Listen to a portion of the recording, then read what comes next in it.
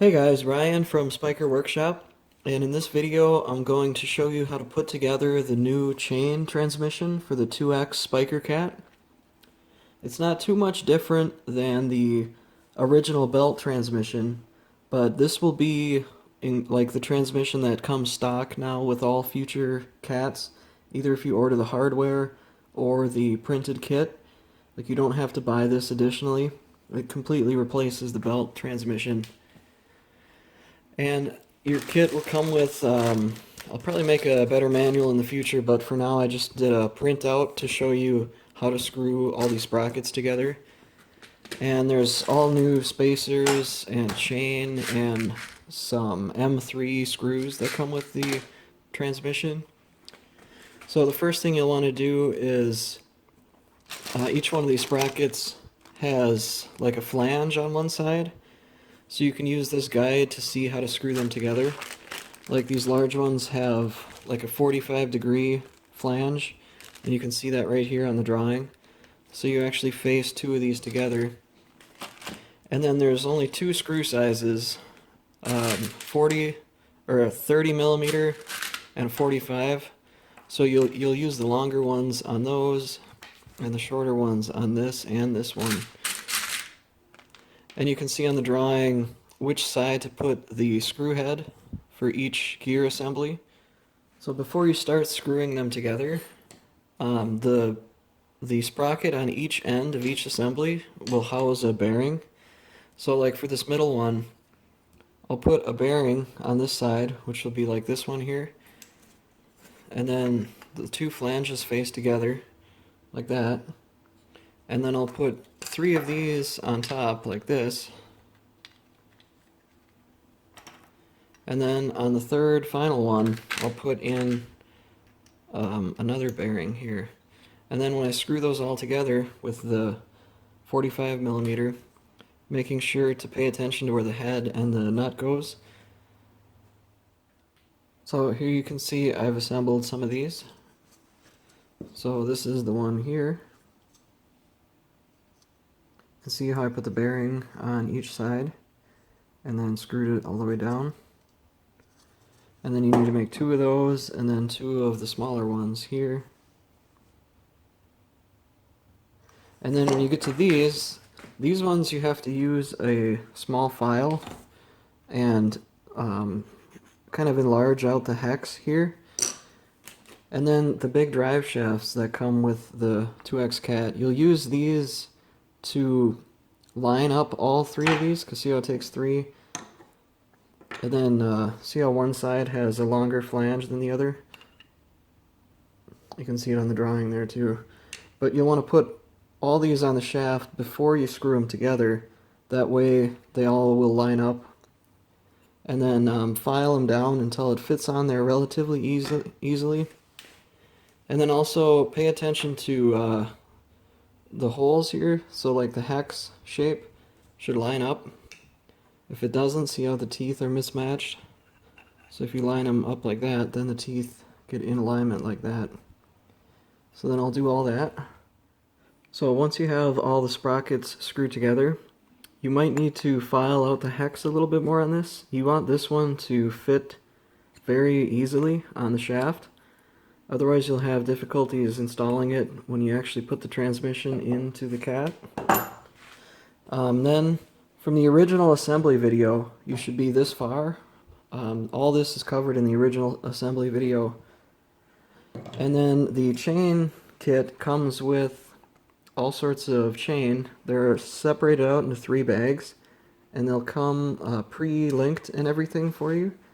So one bag has 6, 4, and then 2 pieces. And on the transmission, the pile of 6 will go 3 on here and 3 on the other side. And the pile of 4 will be 2 here, 2 on the other side. And then the 2 will be just 1 on each side for the motor. So try not to get them mixed up because they are different sizes, each one. And then to begin assembly, I'll show you guys how to do this side. The other side's the same, just flipped. But we'll start with feeding in the bolts here. And then you'll see there's some washers here. So there's 4 different sizes.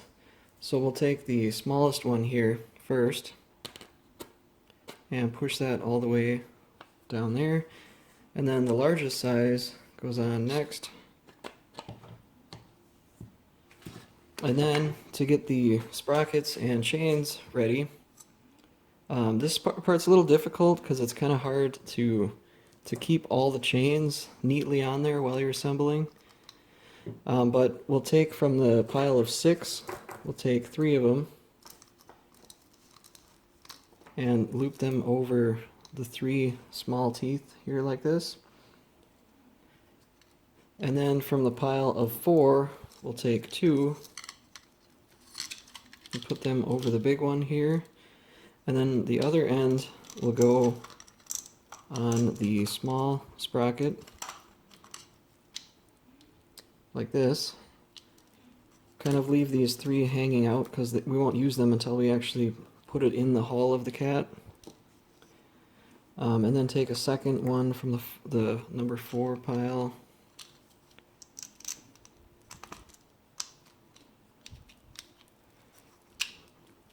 And then that should look like this. And then also for the final one from the pile that has 2, I'll put it around this one here. And this is what's difficult, is just trying to keep all the chains, you know, where they're supposed to be, like this. And then we will feed it this way here. So the 3 will face down, and then line them up with the holes there.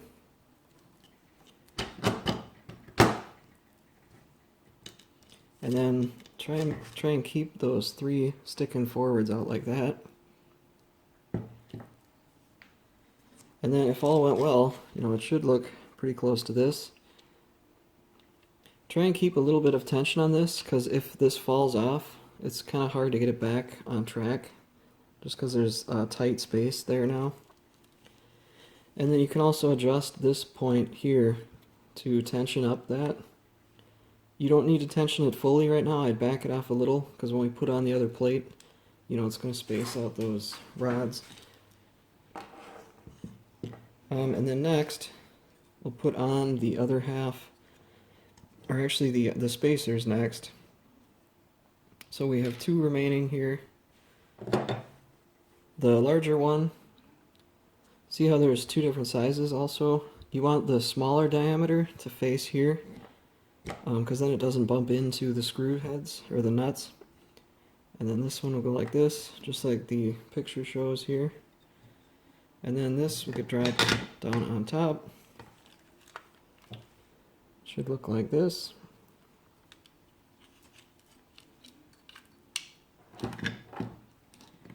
And then, let's see, we need a 1/4 inch 20 lock nut. That goes, or it might be easier to do that before I put that on. This gets dropped down in there. And then the chain, just try and make sure that doesn't fall out. We'll be securing it in there in a second. So it should look like that. Then next we're going to take the motor, and depending on when you ordered your kit, you might have some additional pieces to get a sprocket on here, because some of the motors I ordered were with pulleys, so I took the pulley off and sent with a shaft collar, a sprocket, and then 2 washers with the original cotter pin, and you can assemble it like this, and that will space it out properly. But if you bought them more recently, they'll just already have a sprocket, so you can skip that. But then to get the motor on here, you can kind of go like that to get it on. And then I'll use the, each kit might have a little different screw. I've changed them a couple times, but the newer ones will use this little cap screw here. And then I'll go ahead and just loosely screw those together. So here is one side totally put together, so you can see The only thing I didn't do yet was put the lock nuts on here. When you do that, just don't tighten them all the way up. Leave them a little bit of a gap so they can still spin freely. And then make sure that that nut is in there. Once you put it in the cat, it's critical that you can get that bolt threaded through here. So pay attention to make sure it doesn't flip around, you know. And then there's a screw back here, don't forget about. That screw kind of helps hold the nut in place, but it can still get loose. And then the 3 chains just kind of hanging around here. You can see on the picture here, you want the lock nuts facing like towards the motor. So you can just kind of load that in there.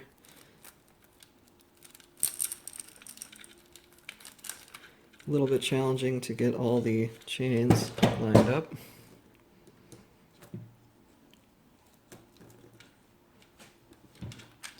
Then it should look like this.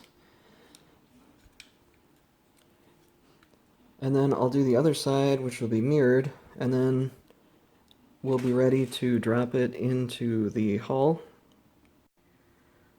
So now I have the transmission ready to actually put into the cat, and it's a little different than the main assembly video. The newer kits with the chain drive will have these extra pieces here. So there's 2 separate sizes for the hex, and the thinner one is if you get the aluminum upgrade. The thicker one is if you have the plastic hull, because it has that extra aluminum plate that adds on. And then I used a hammer to fit the shaft to the sprocket here. Then I'll take this printed part, put that on like that. And let me move this for a second.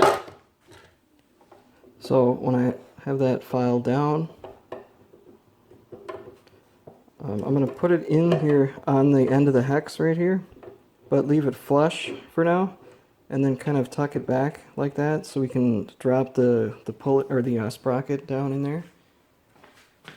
And then I'll grab the whole transmission here. Make sure that the sprocket is nicely set on the chain like this. And then there's like a printed washer that comes with the kit. That will set like this, and make sure that stays in there without falling. And then you kind of slowly lower the whole assembly down in there. And this part's a little tricky.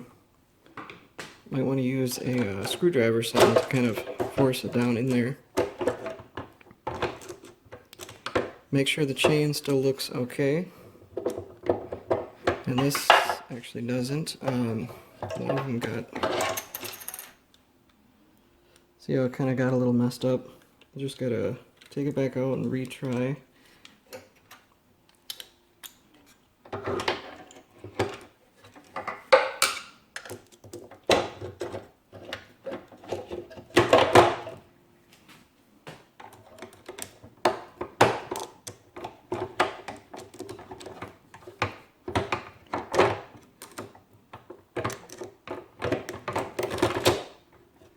Takes quite a little bit to get it in there.